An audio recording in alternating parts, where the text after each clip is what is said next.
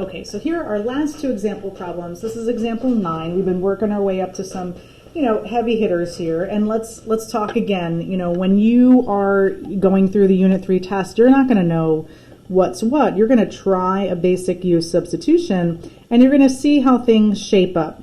And there's no way that this is going to cancel out that 5x minus 1 in the numerator, so you're going to abandon it, which does not mean that this was silly to do or, oh, I should have known better or whatever. We're not dwelling on that at all. I've done 3 million integrals, and I make mistakes all the time. I think, oh, I'll try this. Oh, that didn't work. Let me try something else, okay? So it just means you put a line through it and say, nope, don't look here.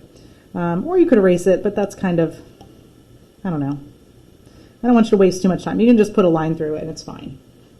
Now, I'm going to go to the next step, which is, I happen to notice that this rational expression, if I look in that denominator, it factors. Great. That is what is going to fly you directly into partial fraction decomposition. We're not going to consider integration by parts. You don't have a radical anywhere, so there's no reason to consider trigonometric substitution. Despite the fact that nobody wants to do trigonometric substitution, right? So here's what I have. And so all of that I was talking, I forgot to factor. So this denominator here, let me actually factor it. Take out the factor of an x. Oh boy, there we go. Now, let's look at that x squared plus 4. Please be incredibly careful. You cannot factor x squared plus 4. It does not break down. X squared minus 4 factors into x minus 2, x plus 2. X squared plus 4 has no real breakdown. So I'm going to then say, all right, well, let me just deal with what I have. Let's play around with what I have. I have a linear factor and an irreducible quadratic factor. So I am going to take this off to the side, and I am going to set it up to do a partial fraction decomposition. And you've got to get the setup right, because if you don't have the setup right, you're not going to get the right answer. So again, that x is a linear factor, so we're going to put a over x. Now this is an irreducible quadratic factor. It doesn't break down. And I need a linear numerator. That means I need bx plus c. That is your setup. And take a minute and really let this sink in. That's the setup. You will be responsible for this on Unit 3 test, for sure.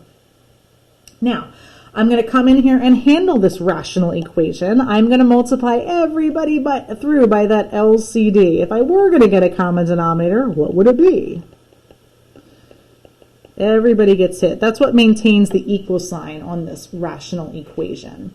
So the whole entire denominator is knocked out here on the left. Only the x is knocked out. You still have the a and that factor of x squared plus 4 there on the right-hand side. And on that last puzzle piece there, that quadratic factor is eliminated, but you still have, wrap parentheses around that bx plus c. That whole thing is being multiplied by x. So here's my beginning spot, right? Now, I'm going to be crafty with what I let x equal. You're going to dream up a value for x that's going to let things collapse to 0. And I think what I'm going to do, I'm noticing this guy over here, I'm going to let x equal 0. Not only is that an easy swap, but it's going to make this whole thing go away. So 5 times 0 is 0, minus 1. 0 squared plus 4 is 4, so that's 4a. And then here you have 0 plus c times 0. This whole thing is being multiplied by 0. That's gone. So you can reasonably eyeball that and say, well, if I divide by 4, a is negative 1/4. You are out of good, efficient options. There is no x value that you can choose that's going to let that factor go to 0. There isn't. If you let x equal 2, you get 8a. If you let x equal negative 2, you also get 8a. So you can do whatever you want here. You can use any x value you like. There is nothing special about what you choose. You just choose something relatively friendly. For me, that means I'm going to choose x to be 1 because it's a small number and I can handle it. So 5 times 1 is 5 minus 1. That's my left-hand side. 1 squared is 1. If I add 4 to it, that would be 5a. A times 5 is 5a. And then what do I have here? Well, x is 1. Well, I just have a 1 there. And then I would just have b times 1 plus c. So that would just be b plus c. Okay. I did not hit on anything amazing here, right? I mean, I do know that a is negative 1/4. And so let's just clean up. 5 minus 1 on the left, that's 4. I do know that a is negative 1/4. So 5 times negative 1/4 is negative 5/4. But I don't know b and I don't know c. So this feels like a miss, but it's not. I mean, it's what you have to do. There's nothing else you can do other than deal with this. What I'm going to do is add 5/4 to both sides. So let's just think about it. 4 is 16/4, and then I'm going to add 5/4. I just want a prettier version of this. So that means 21/4 equals b plus c. That's as good as I have it right here. And it feels like I'm abandoning this right now, but you kind of have to. You have to say, well, I didn't hit on a value really quickly like I did on the first, or any of the other examples for that matter. I'm going to have to just try again. Let's try another good substitution for x. You can choose anything. If you like 7, use 7. Doesn't matter. I'm going to choose something smaller because I don't like to work that hard. I'm going to let x equal 2. So let's get in there. Let's go back to the statement in orange and replace every x with a 2. Well, that would be, let's see, 5 times 2 is 10. Let's see, what is that? 2 squared, that's 4 plus 4. Oh, that's 8a. We kind of mentioned that. 8a. Okay, I'm going to put a 2 in here. All right, let's see. I'd have 2b plus c times 2. Okay, so what is that? Well, I have 9 equals 8a plus 4b plus 2c. See how I'm distributing that 2 here? So, okay, let's steal some work here. Remember, a is negative 1/4, so I can use that in this statement here. So what would that be? A times negative 1/4 would be negative 2. And I might as well just move the 2 over. So I'm left with another moment here, right? I have these two expressions. I have b plus c equals 21/4, and I have 4b plus 2c equals 11. We are really flying back to your Algebra 1 days, however many moons ago that was. I have 2 equations and 2 unknowns, which means I can use these 2 equations and I can successfully solve for both the values of b and c. I'm going to use, there's a lot of techniques you might remember from Algebra 1 depending on how good your instructor was and how much you remember from that point of your life. But I'm going to use a substitution method because it's the most universal. It really works quite well. What I'm going to do is I'm going to transform this. Instead of saying b plus c equals 21/4, I'm just going to isolate the b. I'm going to say b equals 21/4 minus c. I'm using that equation to kind of reimagine. I'm just going to solve for one of the letters. It doesn't matter which one you solve for. I just happen to pick B. I'm going to use that in this equation. So you just pick one letter in one equation, and then you use that in the other equation. So what does that mean? Well, B is 21/4 minus C. And that should be an equal sign. Okay. So anywhere there's a B, I replaced it with the 21/4 minus C. So let's see where this gets us. Well, the 11 is on the left. If I multiply 4 through, that's kind of nice because they cancel. I get 21 minus 4C plus 2C. Let's combine that. That's negative 2C. This is going well. I'm going to subtract 21, so that'll leave me with negative 10. And C is 5. Cool. What that means is I now know what B is. Because remember, B was 21/4 minus C. So B is 21/4 minus 5. Let's get a common denominator. 5 is 20 over 4. That means B is 1/4. You have successfully found all 3 pieces here. A is negative 1/4, B is positive 1/4, and C is 5. Okay, so we are going to work on getting this evaluated, right? So what does this mean for us? That means I can come back up to this integral that I have highlighted in green and say, all right, now I can work on this. I got it. I can reimagine this. This is going to be the same thing as, well, negative 1/4 over x plus 1/4 x plus 5 over that irreducible quadratic term. Okay. When I look at this, I see a lot of things. I definitely see something I can do. This is just your log rule, 1/4, negative 1/4, natural log, absolute value of x. This is a little bit more intriguing here. Let's take a look and focus on this. If I didn't have the plus 5, this would be a basic U substitution, right? If I didn't have that, I could do it. With it, it's not really a basic U substitution, kind of ruins it. But if I cover it up, it's a basic U substitution. So what does that mean? So let's see what would I do here. What if I covered up the 1/4 x? Well, that right there, just a 5 over x squared plus 4, that would be arctan. Well, this is great. I'm going to rewrite it. I'm going to rewrite it like this. Negative 1/4 x plus 1/4 x over x squared plus 4 plus 5 over x squared plus 4. If I wanted to kind of cover up those terms, I can do this. This is totally legal. You're taking something that had a common denominator and splicing it apart. We've done that before in Unit 1. So let's regroup and imagine what is happening at all the stages here. You're just using the basic log rule here. I can get that antiderivative. You're going to use a basic U substitution here. I'm going to get that antiderivative. And you're going to morph this into an arctan, and you're going to get the antiderivative. Okay, so let's get in there and do it. This is negative 1/4, the integral of 1 over x dx. There's my first part of my antiderivative.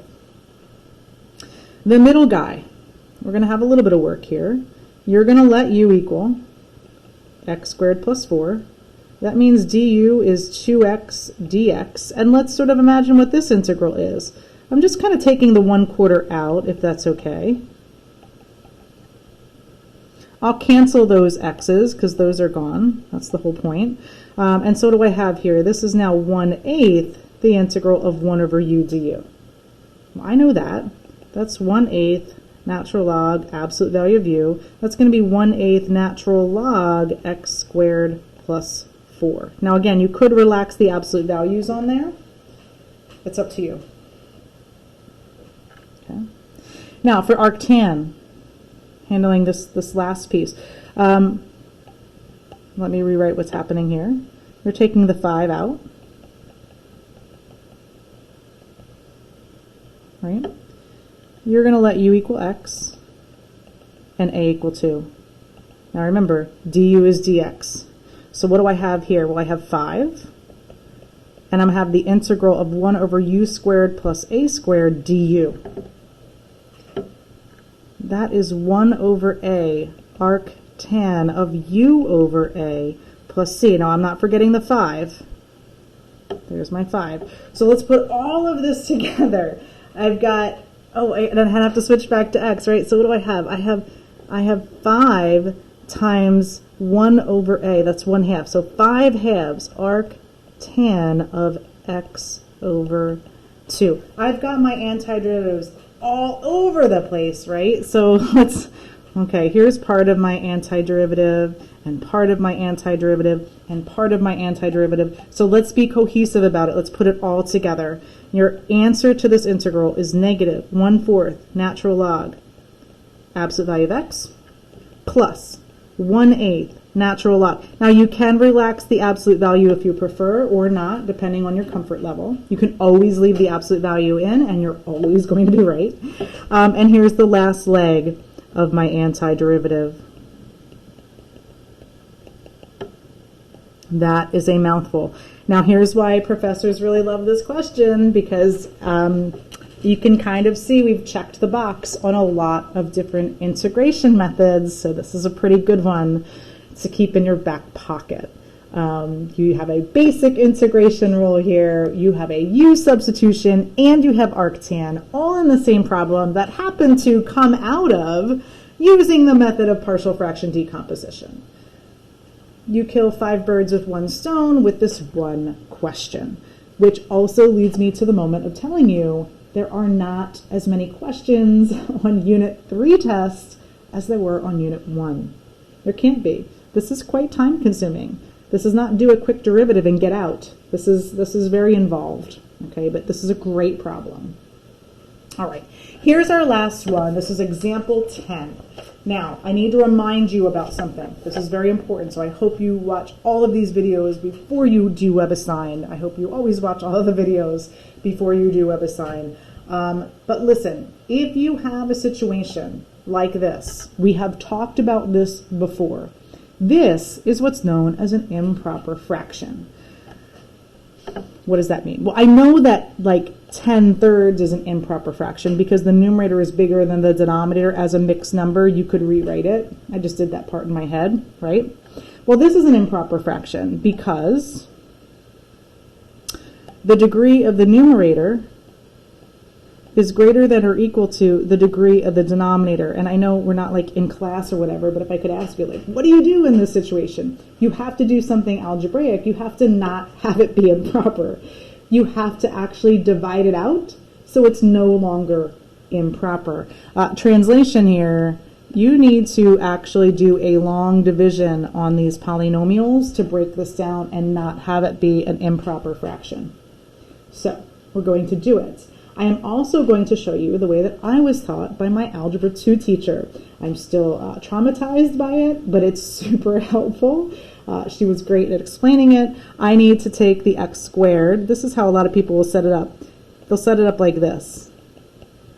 I would have lost 17,000 points if I set up a long division of polynomials this way back in my Algebra 2 class.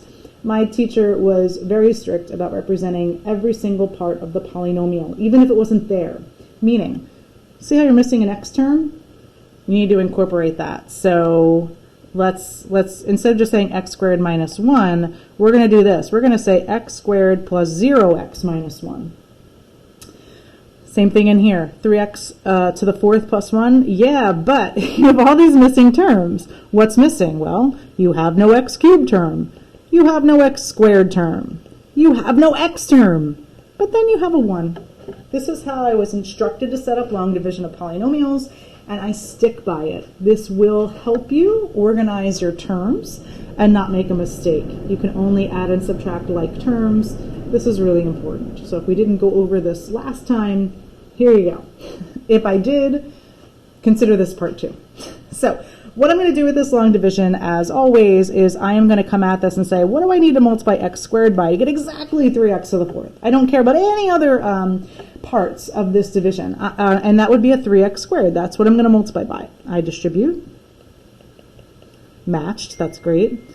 I distribute, that would be a 0. I distribute, I get negative 3x squared. So I have nothing here, I'll just leave it as an empty.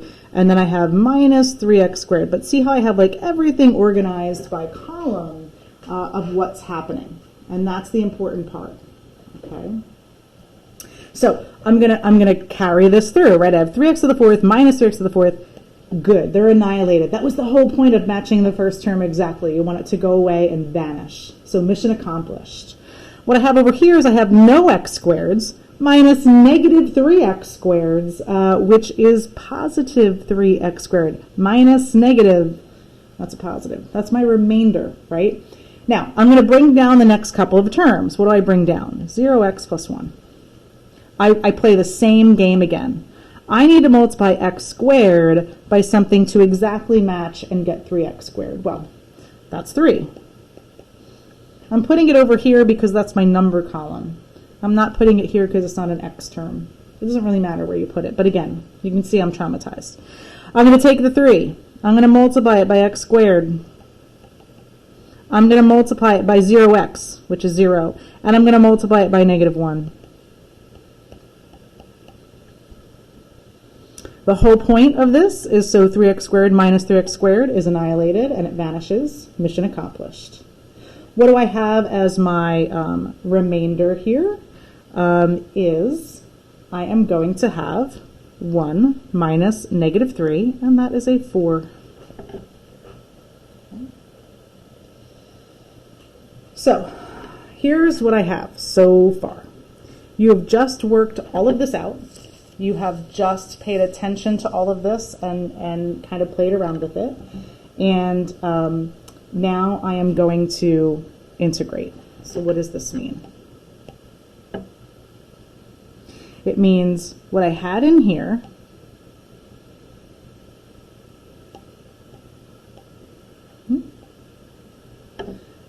I have now successfully reimagined, and what it ends up being is, well, 3x squared plus 3, and then I take my remainder and I put it over what I was dividing by.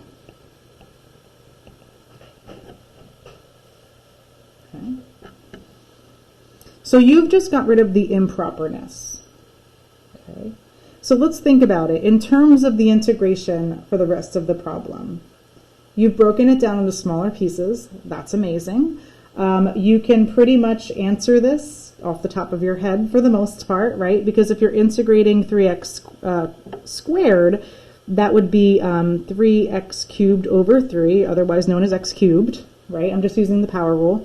The integral of 3 is just, well, 3x. That's cool. But when it comes here to this integral over here, this is where you're running into a problem. That is not something you can solve by u substitution. It is not something that you can solve by integration by parts. I happen to notice that that denominator factors. Even though a basic u substitution doesn't work, no problem. I'm going to take a look at that and say, let's reimagine this. I can factor that. I can do a partial fraction decomposition here on this statement. I can come at this the same way I did all of my other partial fraction decompositions. I want this to be smaller pieces, right? Let's multiply everybody through by what the LCD would be. It's always the same process. Highly algebraic. No trig identities, right? That means the left-hand side gives me 4. I end up with a times the extra factor of x plus 1. And I end up with b times the factor of x minus 1. I am also going to come in here and I am going to pick really good choices for x. I'm going to let x equal 1 because that's going to make that second guy go to 0. And very quickly I've figured out that a is 2. I'm going to come in here and let x equal negative 1. And very quickly I figure out that b is negative 2. So that's going to allow me to really tackle this guy with this partial fraction decomposition. I wasn't quite sure what to do with it, but now I have it. I have my answer here of x cubed plus 3x, but what else do I have? Well, I have to actually integrate what I have here, 2 over x minus 1 plus negative 2 over x plus 1. I just have to deal with that. So I can do that. Let's get to my antiderivative here and work it out. Those were the first two parts of my antiderivative. And I think pretty quickly here you can imagine that little u substitution. You're going to let u equal x minus 1, du equals dx. So I'm going to have 2 natural log absolute value of x minus 1. And same thing going on here. You're going to let u equal x plus 1. I'm going to have negative 2 natural log x plus 1. Just for sake of saying it, if you had to, and you should, simplify your work here.